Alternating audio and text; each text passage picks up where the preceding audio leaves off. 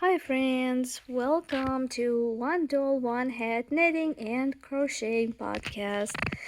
I stopped by a Books a Million and in their craft section I found this crochet kit which I have not seen before.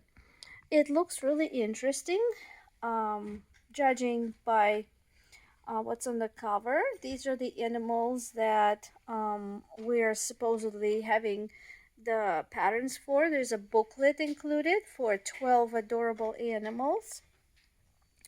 And even though it says bargain priced, $24.97, come on. Books a Million? Come on now. Please. This is not a bargain price. I bet you this is like the regular everyday price. They just slapped a sticker on it that says bargain to entice us to buy it. I mean, I might be wrong. What do you think? Was this, $30 before or more? Have you seen these crochet kits in your Books a Million or Barnes and Noble stores? Could you please comment and tell me what the regular price is? I mean, this is not like Walmart where if it tells you, like sale price, clearance, or reduced, it usually tells you regular, and it'll tell you like what the regular price is. This one doesn't, so maybe it was $25 even before. So they can say it's a bargain price because it's not the regular price anymore. To me, it seems pricey, but maybe it's not. I don't know. Just kind of seems high. Don't you agree? And again, I would appreciate it if you would tell me if you saw this kit with these animals in your bookstores and if you've seen it at a higher price than the one that's slapped on this particular box. But I am finished working on my current whip, and me and one of my daughters are about to sit down and watch some TV show together, and I want to have a project to work on, and I decided to do something mindless where the instructions are already printed for me. I'm not in the mood to design anything new, so I thought I'll start with this kit. And if I look at the colors, gray, like pumpkin color, and yellow, that kind of gives out a clue that likely it's enough supplies to make this chick, and the gray is probably for the what is this? It's not a koala bear. What is that, Loriana? The gray one? It's eucalyptus. Oh, yes, koala. This is a koala bear. And there's a metal crochet hook that's included. I'll try using it, and if it hurts my hands, I'll probably switch to something else. It says that includes enough materials to make 2 critters, and so likely these are the ones. And I would like to start with this super cute, super adorable little koala. He is just a darling. I don't know, there's something about him that makes him stand out from other koalas that I've seen patterns for. This one is just really charming. And I'm going to open the kit and start working on him, and then I'll be back with an update, and then I'm hoping to go through the book and make every little adorable critter here. And then I could rate this book. It'll be an honest review because I paid my own money for it, and yes, I was even whining about the price in the beginning of the video that I had to pay. And then hopefully you guys will be either inspired to go and find this kit or turned away based on my results and my opinion. Either way, I'm about to open that and see you soon in the future. And this is how the gray yarn for the koala came So what I'm going to do is, very first thing is wind it into a ball. And another thing I should mention real quick is, for the sake of giving an absolutely honest review, I'm going to use the hook that's included in the kit, right? Because like if I use clover or whatever, can't really give it like a full honest review for somebody who doesn't have the clover hook and will have to rely on a hook that comes with it. For example, if you gift it to your granddaughter who is excited about learning to crochet and doesn't have a set of different hooks on hand, and whoever will actually use the hook that comes with a kit, I do want to give you an honest review using absolutely everything from the kit. So what I did is, to save my hand from hurting, which metal hands that don't have those ergonomic handles do hurt my hands, I've inserted it into this crochet hook handle made by Bowie. I believe it's a Bowie one that uses any size hook you want to. Just insert it in and snap the green and the blue together to close it, and it gives you this really nice comfortable handle. I've done this before, many times before I purchased the expensive clover more, which are my absolute favorite hooks for any crochet that I do. So I'm going to begin now. Just wanted to give a quick update on this little device that I'm going to be cheating with. Hey friends, I'm back with a little update. So I haven't even been working on this koala long enough yet, and already I have a few things to comment on.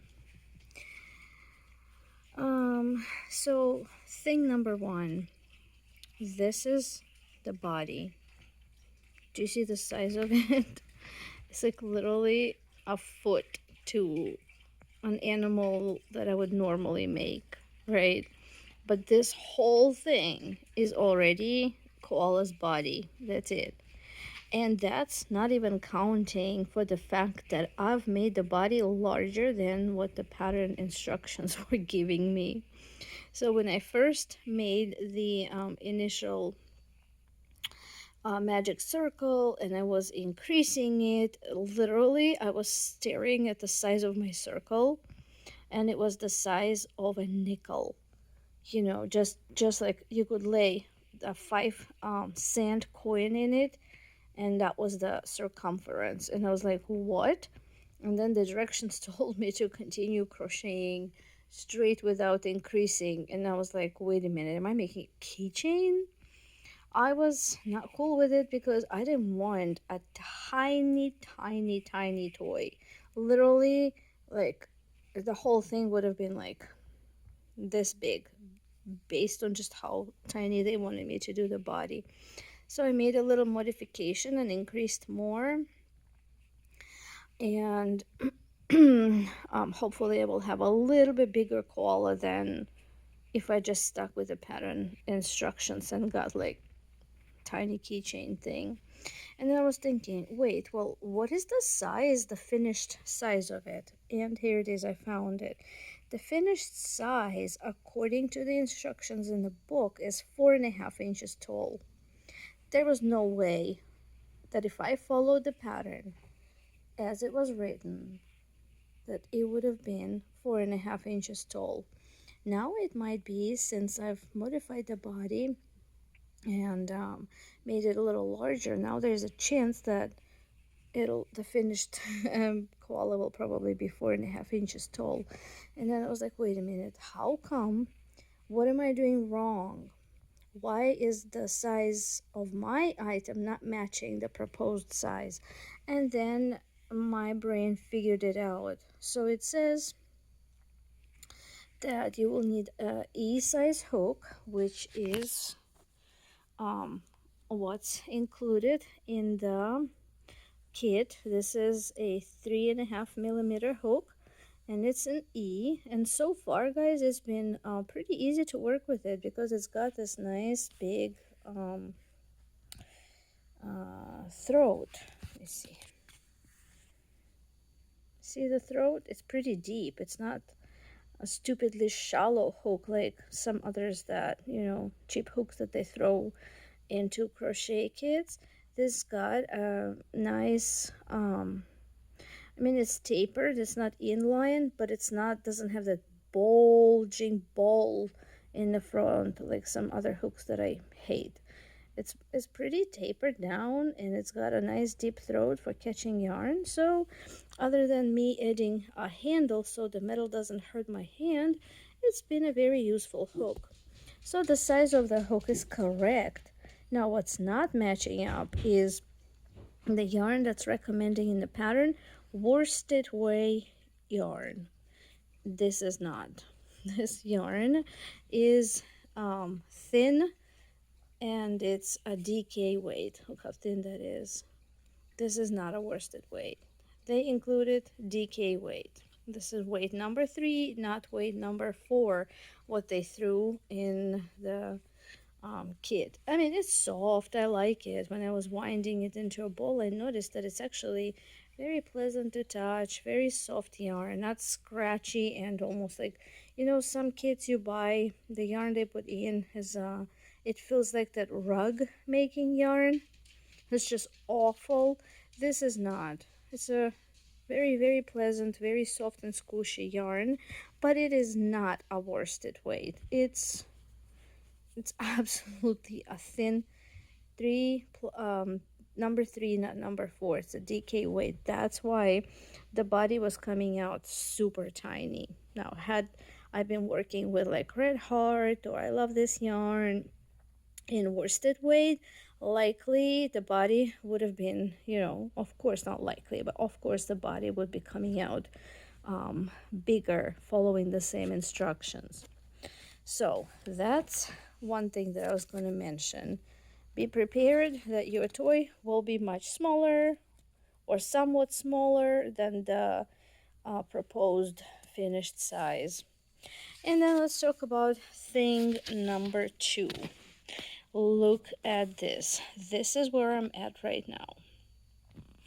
And there is a typo, and that's unfortunately like very disappointing, very upsetting. They charge 24 like 97 for this kit, and that's apparently, according to Books a Million, a bargain deal.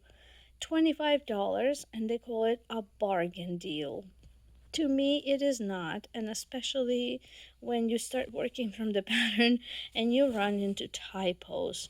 Look at this. On round 8, we end up with 21 stitches. On round 9, we decrease, we work 5, and we supposed to end up with 15. Next round, we decrease, and then there's 4 single crochets, and we end up with 15 stitches again.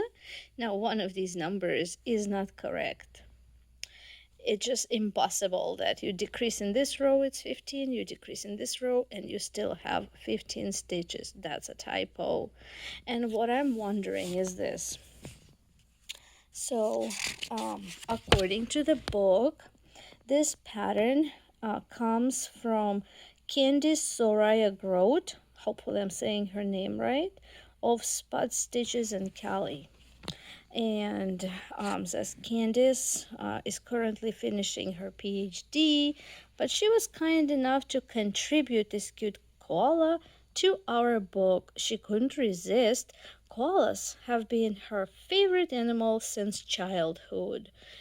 And all right, I think it's really awesome that Candice's koala made it into this book. But like trying to think, was this pattern donated, unfinished, unedited, and the original pattern had a typo?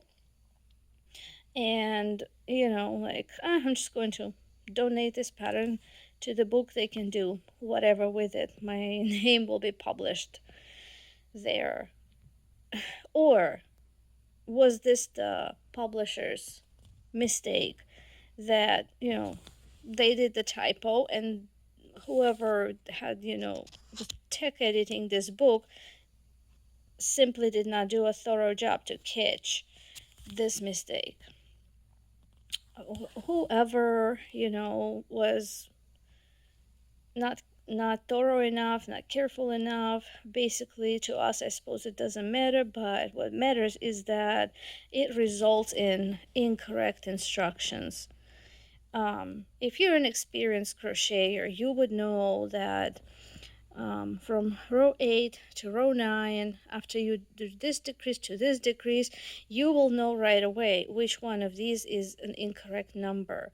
But if you're not an experienced crocheter and you just picked up this kit and started following the instructions, you will run into a big frustration, and that'll discourage some crocheters from continuing. They will count the stitches at the end of the row and they will be like, what? My number doesn't match. That's not right. So, and a lot of people will sadly just give up if they don't have enough experience to figure it out. So it's just discouraging that they will go through the trouble of publishing like this whole book and putting together the yarn for it. And, it's sitting on a bookshelf in such a huge store as Books a Million. And yet, somebody dropped the ball and somebody did not care to properly edit the patterns. This is my first pattern that, I'm following, and already I'm running into crap like this. And they're not cheap. Obviously, somebody is making money off of it. Then why not do a good job? Put forth all the effort to make it enjoyable, pleasurable for crafters to follow, and as frustration free as possible, to be proud of your product, right? I mean, I get it. We're all human. We make mistakes.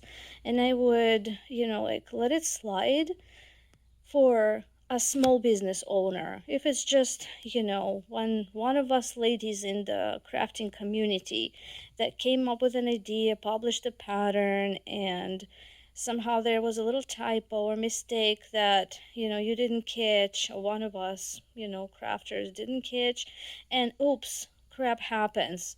We are one single operation. I'm talking about us, like pattern designers. We do everything. We design a pattern, we take the pictures for the pattern, we test our own pattern, we put together the PDF, we upload it, like everything is on us. But when there is a big publishing company that does this, they have so many employed people working on putting this together, and this is just unacceptable.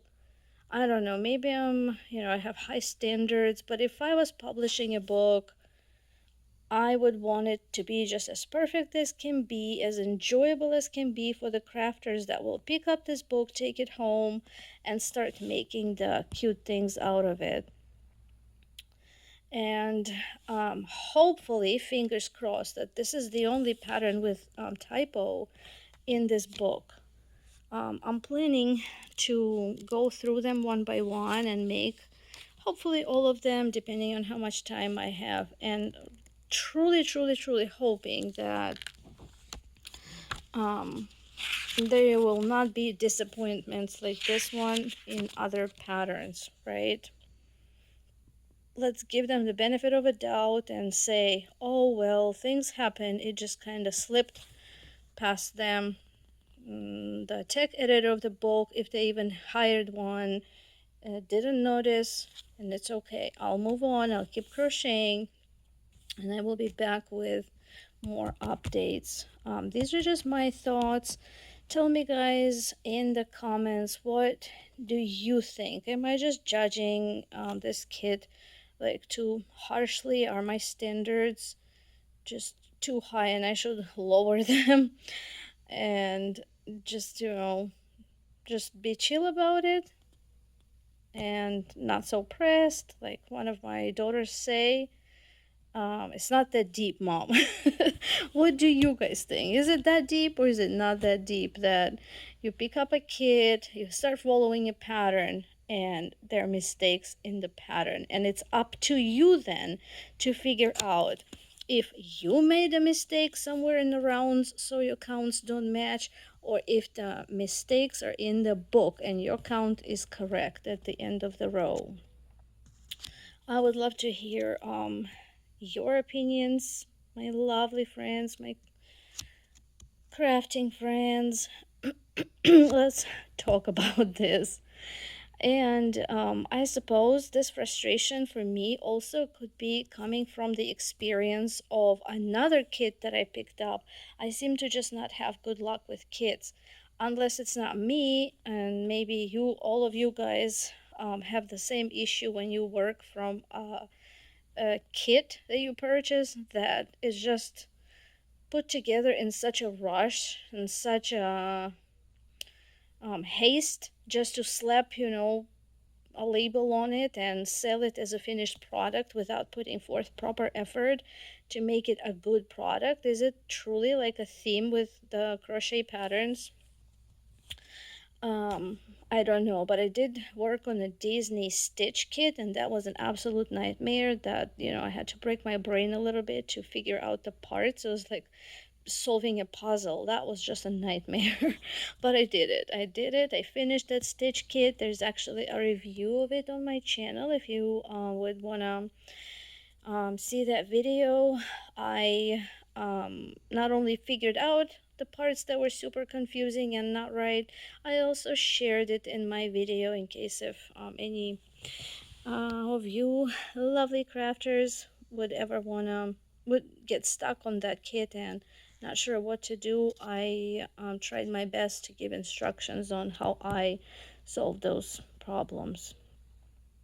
Well, that's where I'm at for right now. I will continue crocheting and I will be back with more updates. I'll see you guys soon.